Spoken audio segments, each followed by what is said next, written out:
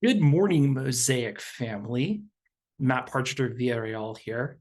It is an honor and a pleasure for me to be a part of your Festival of Lights observance and celebration. And even though I cannot be there live on Zoom, it is so great to be with you virtually. Hope that you enjoy the reflection that I have prepared, especially for you, about the history of Advent and what it can mean for us as you use. Have a great morning. Have a very happy holidays. Our reading for today is entitled Every Moment is One by Quinn G. Caldwell. One of my favorite things about all the rituals and traditions attached this time of year is the way that they mess with time. My husband and son and I decorate our Christmas tree, and as we hang each ornament, the ones we bought from our parents' houses and the ones we got together, we tell their stories. As we do, we find that we are not just standing in the living room we share, but we're also standing in footed pajamas in the living rooms we grew up in, decorating every tree we've ever decorated right in that moment. We gather on Christmas Eve with the lights down and the candles lit, and we sing Silent Night. As we do, it's like we're singing at every Christmas Eve service we've ever been to. It's like we're singing at every Christmas Eve service yet to come. It's like, by our song, we're calling the birth of God into existence again. It's not just nostalgia. It's not just a hazy remembrance of the time back when things used to be better than they are now. It's more than that. It's like a collapsing of time, a drawing in of past and future into one long now. Theologians would say we're stepping out of ordinary time, or what they call chronos, and catching a glimpse of God's time, or what they call kairos. In chronos, minute follows minute, and you can only go forward. That's where we live most of the time. But for God, in kairos, every moment is one. And your first Christmas, your last Christmas, this Christmas, and the redemption of the whole world are happening right now, forever. It's one of the reasons people love this time of year so much. The quality it has that, for many people, more than any other time of the year, lets us glimpse the world the way God sees it. So what things or traditions do that for you? What brings you back to your childhood at warp speed? Whatever it is, you should plan to do it soon. Our prayer for today. God, grant that the rituals and the songs and the traditions of this season might become for me passageways that lead me right into your heart. The phrase come to Jesus meeting is one of the more colorful expressions that has entered common English usage in recent years. The official formal definition of the phrase, according to Merriam-Webster, is, quote, a moment of sudden realization, comprehension, or recognition that precipitates a major change, end quote, and despite its religious connotations, does not necessarily require a particular belief in the Son of God from either party involved. But in the Southern vernacular that I subscribe to, and from which the phrase is generally considered to have originated, having a come to Jesus meeting is when you need to have strong, but of course polite words with someone in order to inform them of the need to do or not do certain things. I found myself having several come to Jesus meetings with my friends on social media this year, the majority of which were on November 1st, as they began to wake up and immediately post videos that included the familiar introductory strains of a song that has become the bane of my existence and which I despise with the fire of 1,000 suns. The 1994 cringe-worthy mega hit that is Mariah Carey's All I Want for Christmas Is You. My objections were based upon several factors. Firstly, in the great panoply of Christmas carols and Christmas songs that have been sung across many generations, some of which have been written by the greatest composers in history and sung by some of the most iconic vocalists in music, why in the world are we still coming back to that one every single year? Secondly, I am of the strongly held core belief that the period of time from November 1st to the fourth Thursday in November is reserved solely for the observance of and preparation for the frequently forgotten holiday of Thanksgiving. But also, as many of my seminary colleagues saw fit to remind myself and everyone else who would listen to them, you cannot prepare to celebrate Christmas without observing and getting through Advent first. My initial memories of Advent come from my days as a Catholic school kid and not understanding why the sisters were so adamant about us not singing Christmas songs well into December. Something I still feel as someone who has been known to listen to Christmas music in the middle of summer.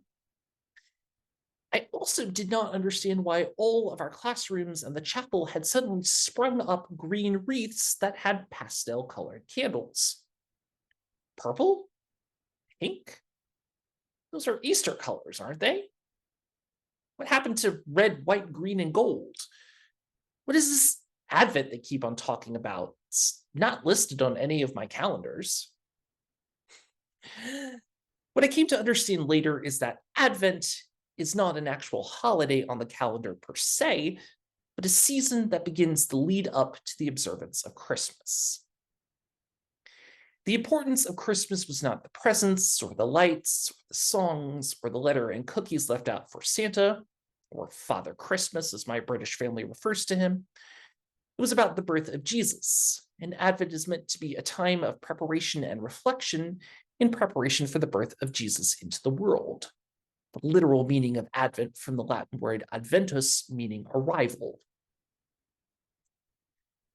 I learned that the wreath that you see on Advent was a tradition that was started by German Lutherans in the 16th century, adopted by Roman Catholics in Germany in the 1920s, and brought to the United States in the 1930s. It was originally much larger and had 20 red and 4 white candles that were lit to count down the days until Christmas. Eventually, the number of candles was reduced to 4 over the years and became the colors that you see today. The importance of the wreath was that it was circular, which is meant to signify the infinite love that is received from God. Each of the candles had a significance. They were meant to stand for a different aspect of the process of preparing ourselves for the arrival of Christmas: faith, hope, love, and joy.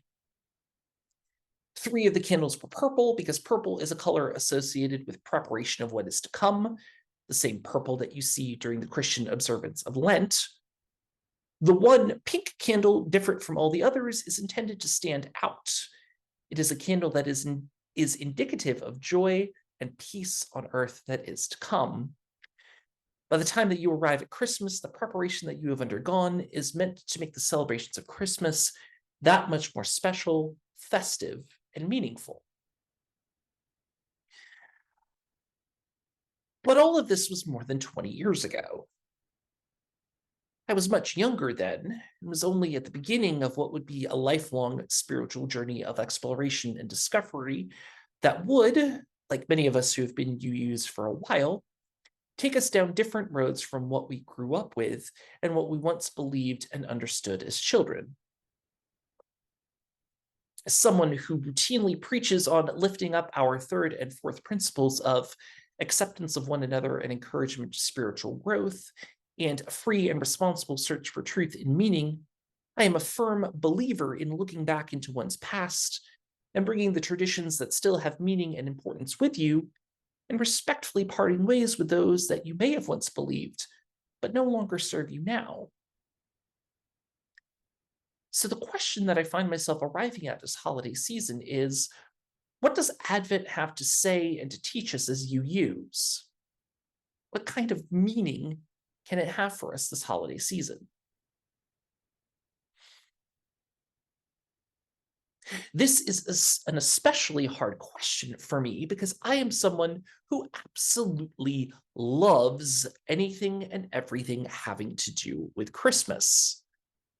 I am all about the lights, the decorations, the sights, the sounds, the smells, the music, except for the aforementioned Mariah Carey song, the holiday baking, the ugly sweaters, the joyful overstimulation of my ADHD, all of it.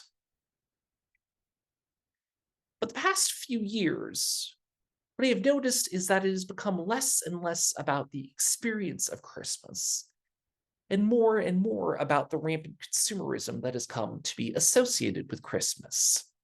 How many shopping days are left until Christmas, how to take advantage of all of the Black Friday and Cyber Monday deals online and in stores.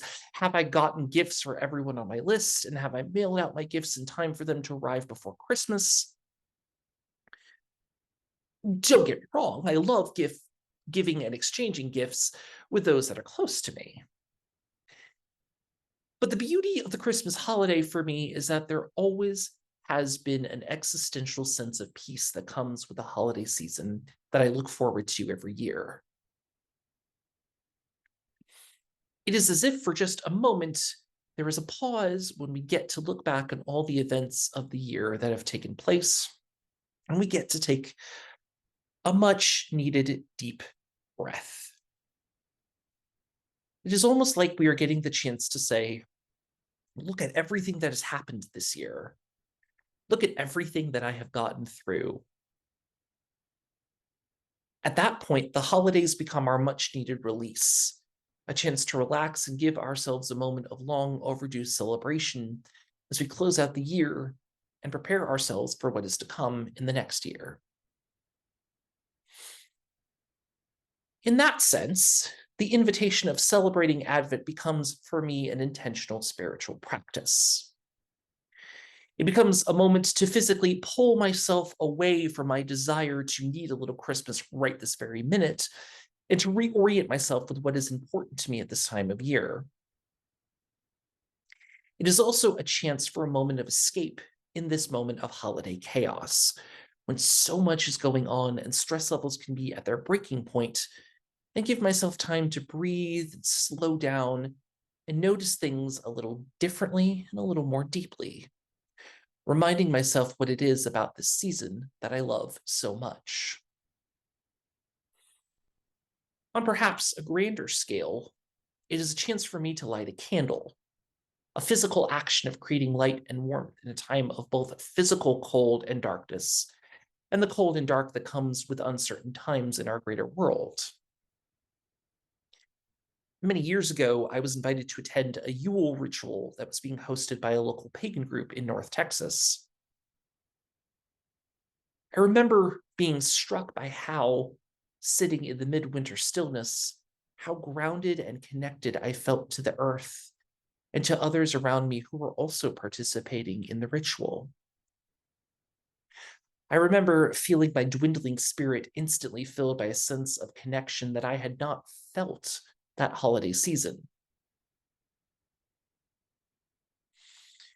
The reading that we heard this morning from Quinn G. Caldwell captures a sense of that same feeling I felt in that Yule ritual, and the feeling I so desperately yearned for in the weeks leading up to the holidays. As selfish and naive as it sounds, I want to escape all of the trappings of commercial Christmas and be held in the childlike wonder of the moment. I want to experience the magic and awe of seeing the glimmer of colorful twinkling lights. I want to walk around a winter wonderland with a cup of hot coffee and just take in the magnitude of the moment that is all around me, to feel the familiarity of what I have felt in holidays past.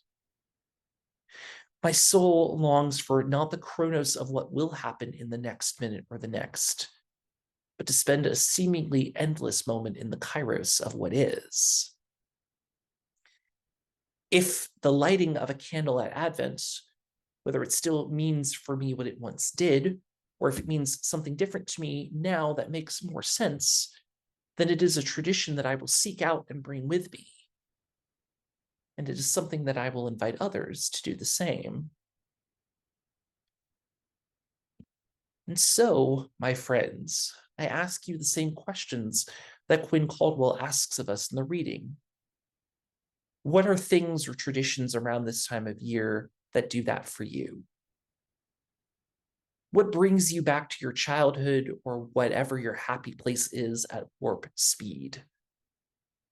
As Caldwell implores us, I invite you to find whatever it is and plan to do it soon. As for me, I will continue to light the candles on the Advent wreath to remind me of those moments, slow down, and be appreciative of all the moments of Chronos that have led up to this moment, and take time to enjoy the Kairos that is all around me this season. Cannot think of anything that I would want more this holiday. May it ever continue to be so. Blessed be. Amen. Shalom. Assalamu alaikum. Namaste. And happy holidays.